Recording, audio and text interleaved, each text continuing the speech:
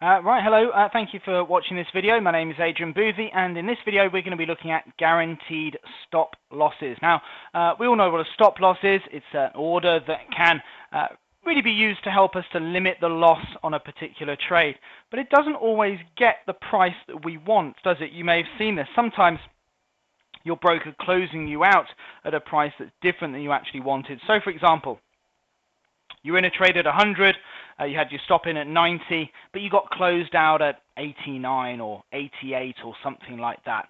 It can be something called slippage, so the distance or the difference between your actual fill and the price that you wanted is something called slippage. It can happen quite a lot, particularly over fast-moving markets.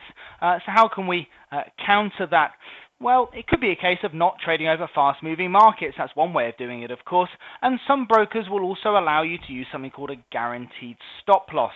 It does often have to be a minimum distance away from the market, so it may need to be that your stop loss has to be a minimum of, I don't know, 50 pips or 100 pips away from the current price when you place the order, and they often will charge for it, which is why, because they're taking it on their own book, it's usually only market makers that will offer a guaranteed stop loss.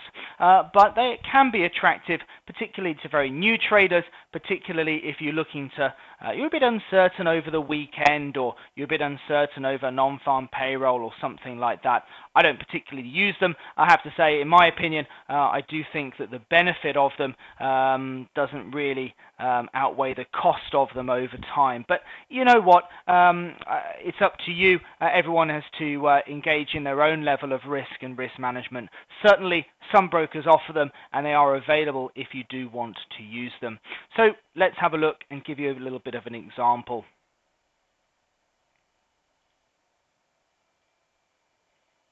So just very basic here. We've got an entry at 100. We've got our stop loss in at 90. So what's happened is over the next, I don't know, couple of days, couple of minutes, whatever it may be, the price has rallied a bit and then started to come off. Doesn't really matter what's happened, but ultimately we've had a gap. It could have been over the weekend. It could have been over a fast item of data, non-farm payroll, interest rates, something like that. Could have been an equity, and it could have had an announcement, could have had a profits warning. Any number of things can cause a market to gap in this fashion. Might simply be a stock that closes overnight and then reopens. Ultimately, you can only get filled on your order if there's somebody there who wants to buy or sell to you.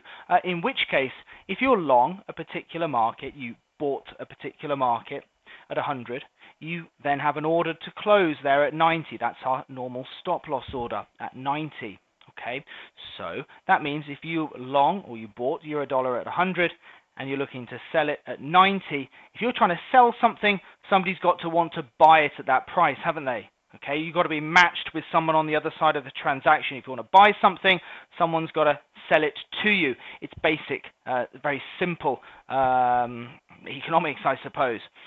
The thing is, though, what you'll notice is that big gap there. You'll notice as the price suddenly stopped and jumped down from there to there, opening, let's say, the next day or the next minute down at 80. What does that mean? It means that the price has just dropped. So you're trying to sell at 90.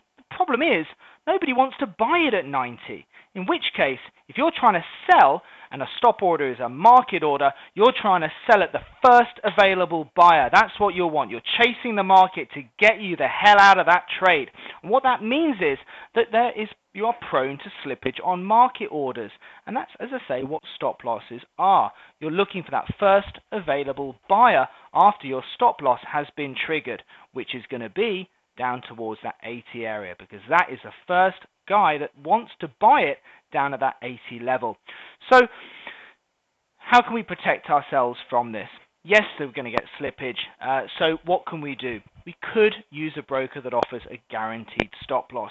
We'll have to pay for that privilege. It might cost 3 or 5 pips, something like that. And not every broker will offer it, but it does give a little bit of peace of mind, particularly if you're quite new to trading or if you like to trade over major results or major events, basically. But effectively, what it will do is it will mean you'll place a guaranteed stop loss order at 90 pence.